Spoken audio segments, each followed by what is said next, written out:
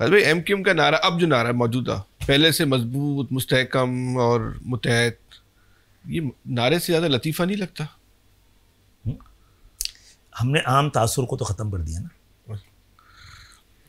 खालिद भाई, एमक्यूएम का एक नज़म होता था दुनिया उस नज़म की मिसालें देती थी, ठीक है, जिस तरह ऑर्गेनाइजेशन उसको बदमाशी कहती थी। उसको बदमाशी कहते थे। उसको बदमाशी कहते थे ना लोग। नहीं, वो तो मुखालफिन कहते थे ना। हमने ये ताकत, हमारे सारे लोग ही कहते थे, हमने ये ताकत अवाम को जो दी थी ना, हाँ, ताकत अवामी को देनी चाहिए ना इलेक्शन के बाद। फारूक सत्तार के घर पे आके, डॉक्टर फारूक सत्तार के घर पे आके लोग बैल के ऊपर हाथ रख के ना हटाते ही नहीं थे कि बाहर निकलो भाई, 6 बजे उनके घर में घुस जाते थे। तो ये बदमाशी तो ताकत अवाम की बदमाशी नहीं, उनका हक था ना कि एक को वोटर दिया है, तो इसी को बदमाशी कहा। एमएनए को कहना खड़ा कर दिया। भाई एमएनए, अगर एमएनए को इजाज़त तो नहीं चाहिए कि वो अवाम से वोट ले और अवाम के दरमियान ना हो, इसी वादे पर आया हो, तो उससे सवाल करते थे, तो उसमें भी सबको इतराज़ होता था। ये नज़म था ना। हाँ, नज़म था ना, हम भी तो कहते हैं नज़म था। लेकिन अभी एमक्यूएम में लोग जत्ते के जत्ते आते हैं, नारेबाजी करते हैं, इसको हटा दो, उसको हटा दो। आप हैसियत चेयरमैन कोई कार्रवाई नहीं करते? डरते हैं आप? जी डरते? जी, मैंने कहा है ना, करेंगे। ठीक हो गया। खालिद भाई, जब इंजमाम हुआ 2018 का, सीटें एमक्यूएम से छीनी गई, आप इस वक्त फोर्टकास्ट मैंने जो आखिरी इलेक्शन था ना, हाँ, मेरा गुमान है कि उतना ही बड़ा था जितना कभी पहले होता था। 2018 का आखिरी इलेक्शन, ठीक, उसमें मैंने पहले ही कह दिया था, बिल्कुल सही। किसी को कहा था कि अगर आपने कल हमारा वोट गिना नहीं ना, तो तोलना पड़ जाएगा। सीट 7 कर दी थी, असरात वही रहे 14-18 सीटों का। खालिद भाई, 2018 में सब मानते हैं कि एमक्यूएम से सीटें छीनी गई। अब इन कैमरों के सामने आप जो भी बात करें, 2024 में हमको पूरी कौम को पता है, वो अब जाहिर सी बात है, वो आपकी सियासी मजबूरी कैमरों में बोल रहे हैं। आप ये नहीं समझते 2024 में जो कुछ हुआ वो इंजमाम का असर था? इंजमाम की कीमत अदा की आपने? नहीं, 24 में इंजमाम के असर से मैंडेट वापस लिया ना, इंजमाम के असर से। तो ये आप इंजमाम को, एक एमक्यूएम में बहुत सारे लोगों की राय है कि इंजमाम जो है वो एमक्यूएम पर ड्रोन अटैक था। ड्रोन के जरिए बहुत सारे काम लिए जाते हैं। अच्छा, ठीक है।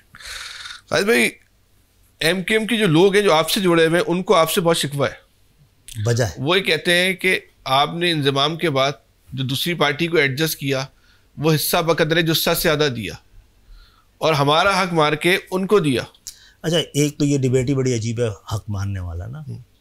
यहाँ तो कोटा है ये, नहीं, ये तो कोटा आ गया एमक्यूएम के अंदर खुद, इसका कोटा इतना हो गया इसका। नहीं, ये नहीं था। ये इसमें तो शख्सियात, उनकी हालात ऐसी नहीं, तो शायद मुझे भी इलेक्शन नहीं लड़ना चाहिए था। वो वाला 18 का भी मैं कोशिश कर रहा था, नई सूरत हाल की वजह से, क्यों पाकिस्तान एमक्यूएम में की शक्ल सही है ये कि लीडरशिप को इलेक्शन ना लड़े तो बेहतर होता है।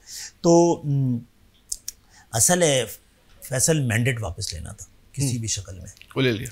और अगर आखिरी मैंडेट इस वक्त हमारे पास ही है और ये सूरत हाल चेंज होगी, पूरे मुल्क की सूरत हाल अब उस बात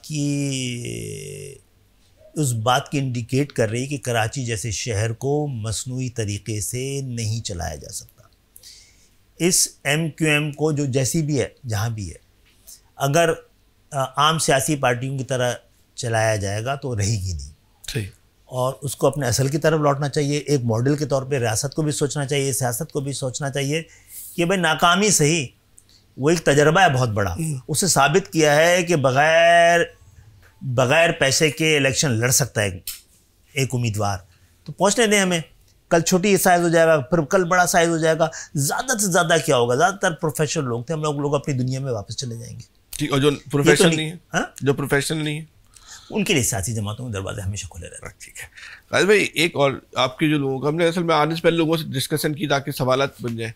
उनका कहना ये है कि इंतजाम के बाद जो लोग आपके साथ खड़े हुए और उनको ताकत के जोर पे घर बैठा दिया गया और आपने उनकी दाद में हटाया, तो डॉक्टर सगीर, वसीम आफ्ताब, आमिर खान, वसीम अख्तर। अच्छा, इनसे वसीम, इनके भी मैंने तो उनको में से किसी को आने को मना नहीं किया। नहीं, वो कह रहे हैं ताकत के जोर पे बैठा दिया, नहीं आ सकते, नहीं आ सकते। टेलीफोन तो टेलीफोन समझते, मुझे तो नहीं कहा ताकतों ने भी, और उनको भी जब इन्होंने कोई इससे मिलती जुलती बात की हो तो मैंने बोला आ जाओ। अच्छा, आपने कहा? हाँ, आ जाओ, किसी को मना नहीं किया मैंने। अच्छा, जो उसके अलावा भी नाम तो उनको भी मना नहीं किया मैंने तो। ओके। इनमें से किसी से सवाल करके पूछ लीजिएगा। लोग एक और बात भी करते हैं कि इस तरह पार्टी नहीं चलेगी खालिद भाई, नहीं चलेगी, नहीं इस तरह नहीं चलेगी। हाँ, लोगों के साथ खड़ा होना चाहिए।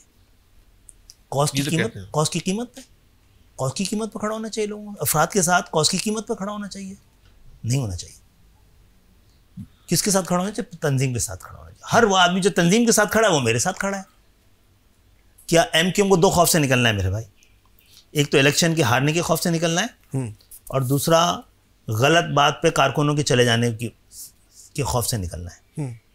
वरना आप अपने इर्द गिर्द बिच्छू और सांप ही जमा कर लेते हैं। आपको परेशानी किन से होती है? जो डिमांडिंग होते हैं,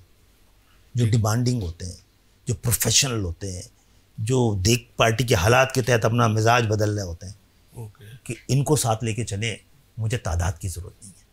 ना ये मेरा पेशा है, और ना मेरी तंजीम की ज़रूरत है, ना मेरी ज़रूरत है।